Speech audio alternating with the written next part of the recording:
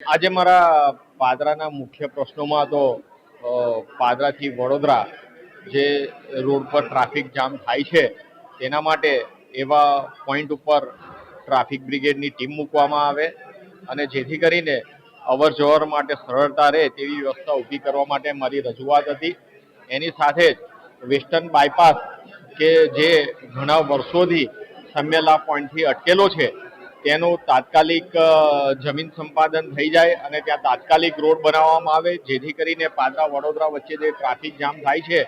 તેને સરળ કરવામાં પણ ખૂબ જ મદદ મળી રહે છે તેમ છે, જેથી કરીને આ કામ પણ તાત્કાલિક ધોરણે હાથ ધરવા રજૂઆત કરવામાં આવી છે। તેમજ પાદરા જંબુસર રોડ બનીને તૈયાર થઈ ગયો છે। તેમાં આવતા 2 પોઈન્ટ જે નર્મદા કેનાલમાં આવે છે તે કેનાલના રોડ પૂરા કરવામાં આવ્યા નથી, જેથી કરીને ત્યાં પણ મંજૂરી લઈને તાત્કાલિક કામ હાથ ધરવા માટે રજૂઆત કરવામાં આવેલી છે। અગાઉના કામો જે પેન્ડિંગ હતા તે પણ આ સંકલનમાં લેવામાં આવ્યા છે